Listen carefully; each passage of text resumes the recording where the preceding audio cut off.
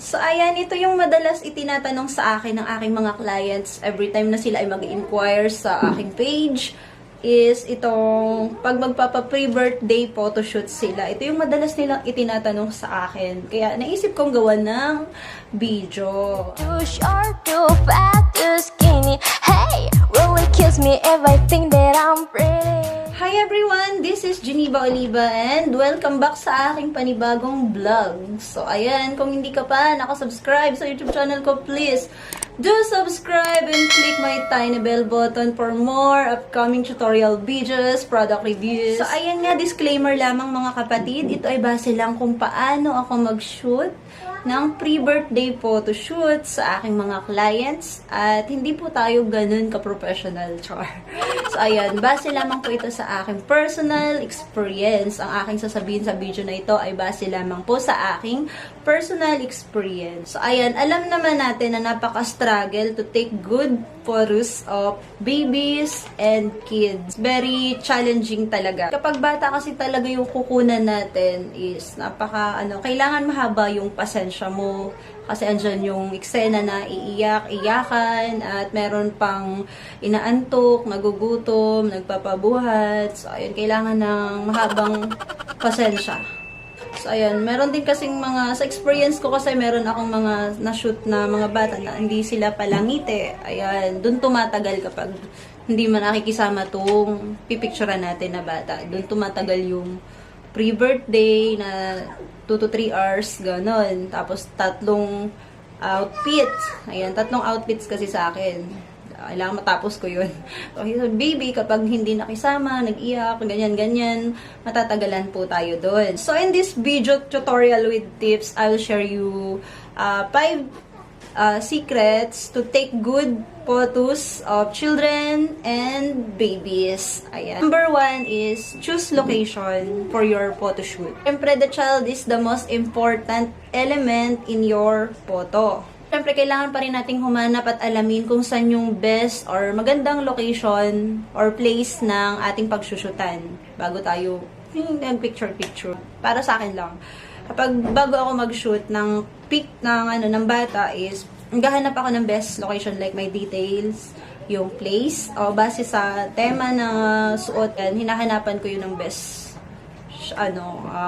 place kung saan na magandang picturean, ganun. Halimbawa, princess or prince, madalas kasi dito sa place namin, maraming nature. So, palaging nature na lang. So, ayun.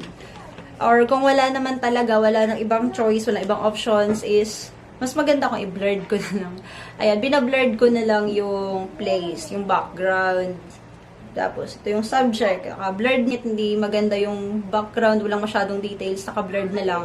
Maganda pa rin yung kalalabasan niya. So, ayun, ganun. So, ayun, mahalaga din sa suot ng ating subject sa mga bata, yung kumokontrast sila sa background. Halimbawa, light yung paligid, medyo maliwanag. Mas maganda kung suot ng baby ay red dress, gano'n, yung magkokontrast siya sa background.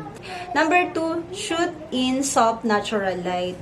First of all, I love to shoot in natural daylight. There's no need for expensive studio lights or flash guns. So, ito yung lagi tinatanong ng client sa akin, anong oras magandang mag-shoot? Ayan, anong oras nga ba ang magandang mag-shoot kapag sa bata, or kahit hindi naman sa bata, anong oras magandang mag-shoot sa isang araw? For me, before sunset or hapon, mas komportable akong mag-shoot ng pre-birthday or kahit mga mga pre-debut, ganun. Mas gusto ko sa hapon. Pag mababa na yung sikat ng araw, dun ko gustong mag-start ng photography, gano'n. Siyempre, mas marami akong naiisip na best pose, gano'n, mga posing, ganyan. Kasi feeling ko, mas marami yung time. Then, mas magandang mag-picture kapag malilom. Ayan. Kasi kapag hindi na masyadong mataas yung sikat ng araw, kapag hapon na, hindi na mag-overexpose. Matatansya ko yung liwanag and hindi siya masyadong sunog sa araw. Sunog sa liwanag. Hindi masyadong overexpose ang subject. The colors. The light is soft and the colors are beautifully warm. And another option is to shoot early in the morning. Hindi pa tirik yung araw. Kapag kasi mataas na yung sikat ng araw, you'll get too harsh shadow sa subject. Magiging sulu yung mata or magiging duling. Halimbawa, sobrang tirik ng araw, picture ka. Since nasusulo siya, yung mata nakakasulo. So, mas maganda talaga pag hapon or early in the morning. So, ayun, hindi naman sa lahat ng pagkakataon is masusunod yung umaga or hapon. Ayan, in the middle of the day, hindi mo masusunod yun kapag kailangan ko na minsan mag-shoot ng ganang oras, ganyang araw. Yung ginagawa ko kapag sobrang taas ng sikat ng araw is naghahanap ako ng yung medyo may shade na medyo malilom. Ganyan. Dahil sa mga creative na lang ako. Gagawan ko na lang siya ng paraan kapag ganun. Basta hindi yung sobrang overexposed, ganun. Number 3 includes some interesting props tool for improving your children photography. Mas prepared ko talaga kapag may prop tong clients, may props silang dala. Kasi feeling ko nakakatulong yun para ma-entertain ko yung bata. Kasi meron siyang hawak or nakakapagbigay tayo ng story sa isang picture, sa isang photoshoot na may mga tema, tapos may props sila, mas madali mong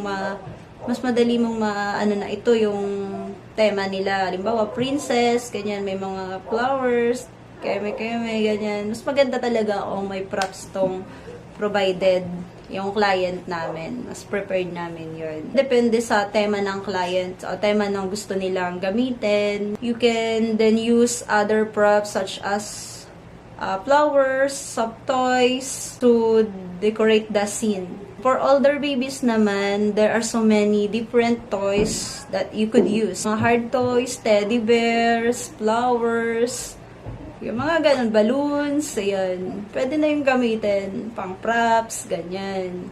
Basta hindi para maging boring yung isang picture, yung subject mo. Mas maganda kung may mga props. Number 4 is capture natural poses and emotions.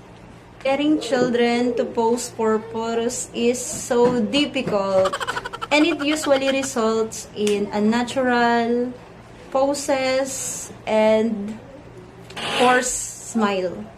Ayan. Kaya sabi ng ibang client ko, bakit yung anak ko, parang pilit yung smile niya. Ganun.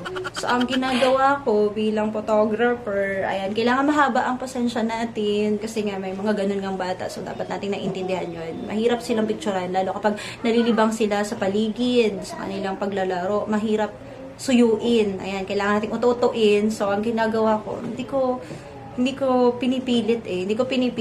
Kung may parents, tinutulungan ako, smile, sumasayaw sila. Ayan, ganyan ginagawa nila kapag during shoot talaga, ang hirap. So, ang ginagawa ko, hinihintay ko yung time na papansinin ako ng bata. Kakausapin ko siya, kwentuhin ko, then makikipaglaro muna ako hanggang sasabihin ko, ay, smile ka muna, take a picture. I'll take you a picture, and then you smile. And then, later, papakita ni ate sa'yo yung picture mo. Ayun, auto ko rin talaga, napipicturean ko ng nakasmile, maayos. Ayun nila nang pinupurse talaga sila. Ayun nilang pipilitin. So, ayun. Kailangan, kasi makuha mo yung talagang, natural na expressions, yung emotion and pose. Ayan. Makukuha mo yung reaction talaga ng mukha nila na natural lang. Ayan. 5 is, ensure your subject is in a sharp focus. Alam niyo ba, children never stay still. Ayan. Maglilikot yan, magtakbo yan, takbo, talon, ganyan. So, ganyan yung mga bata. So, kapag kilala mo rin yung gears mo bilang ikaw ay photographer, alam mo na kung paano ang galawan ng camera mo, mabilis mong maayos yung settings mo. So, kailangan kapag ganun, moving yung subject mo dahil ang bata ay sobrang malikot para makunan mo sila sa mga ganung way na sila ay naglalaro, makukunan mo yung mga stolen, madalas stolen. Nakukunan ko nakasmile stolen, pero dapat mabilis kasi mabilis din yung bata, malikot. So, dapat mataas yung shutter speed ko. Ayan. So, yun lamang for today's video na na-share ko sa inyo na madalas tinatanong sa akin ng mga client to. Nakapagod akong sumagot. So, pag ganun, naisip ko lang din gawin tong video na to for, lang, gusto ko lang i-share kasi madalas ito yung tinatanong at sinasabi ng mga client ko, kinukwento nila sa akin, mahirap picturean yung anak ko. Ayan. Hindi sila palangiti. Hindi ganyan. Naisip ko, gawan nga naman ng video. So, alam ko, hindi lang naman ako yung nakaka-experience ng ganyan, lalo sa mga bata. So, tsempuhan lang talaga. Kailangan matsempuhan mo na. Smile, nakikisama yung bata. Kapag napagod na, iiyak na, magugutom, magpapakarga. So, ayun lamang. Thank you for today's video na nanood. So, ayun. And, i-share nyo na lang yung aking video or subscribe and click follow sa aking page na Geneva Oliva at for bookings or increase sa page po namin.